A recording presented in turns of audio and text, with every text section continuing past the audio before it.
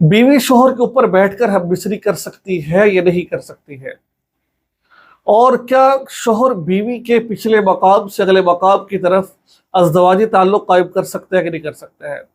याद रखिए, ये वो वाले मसाइल हैं जिनको लोग बयान नहीं करते हैं और लोग इन मसाइल की वजह से बहुत ज़्यादा परेशान होते हैं, और इन मसाइल को हमें बयान करना यकीनन बहुत मुश्किल काम होता है, लेकिन इनको बयान करना हमारी मजबूरी है क्योंकि लोग बहुत ज़्यादा इन मसाइल को पूछ रहे होते हैं। मेरे भाई दोस्तों और बुजुर्गों और पढ़ते में रहकर सुनने वाली गयूर माओ बहनों, एक बात ज़हन में रखिए, कुरान पाक में अल्लाह ताला फरमाते हैं कि मर्द यानी औरत अपने मर्दों की खेतियां है, जहां से चाहो वो आ सकते हैं। ठीक है, आगे फरमाया कि मियां बीवी एक दूसरे का सतर है, हुन्ना लिबासुल लकुम व अंतुम लिबासुल लहुन, सिवाय दो तरीकों से, हालत हैज में और पिछले मकाम से जो पखाने वाली जगह है, आप बीवी के साथ अज़दवाजी ताल्लुक़ कायम कर सकते हैं। देखिए, शोहर लेटा हुआ है, बीवी उसके ऊपर आकर बैठकर हम मिसरी करे, इसकी शरीयत में कोई कबाहत नहीं है, इजाज़त है, कर सकते हैं। लेकिन तिब्बी एतबार से देखा जाए, जो हुक्मा फरमाते हैं, जो कहते हैं, उस एतबार से इसका नुकसान होता है।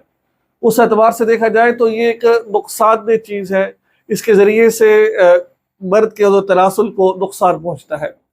दूसरे नंबर पर इसके ज़रिए से जो मनी है, ज़री बात है, वो बच्चेदारी तक नहीं पहुँचती और बच्चा पैदा होने में दुश्वारी होती है।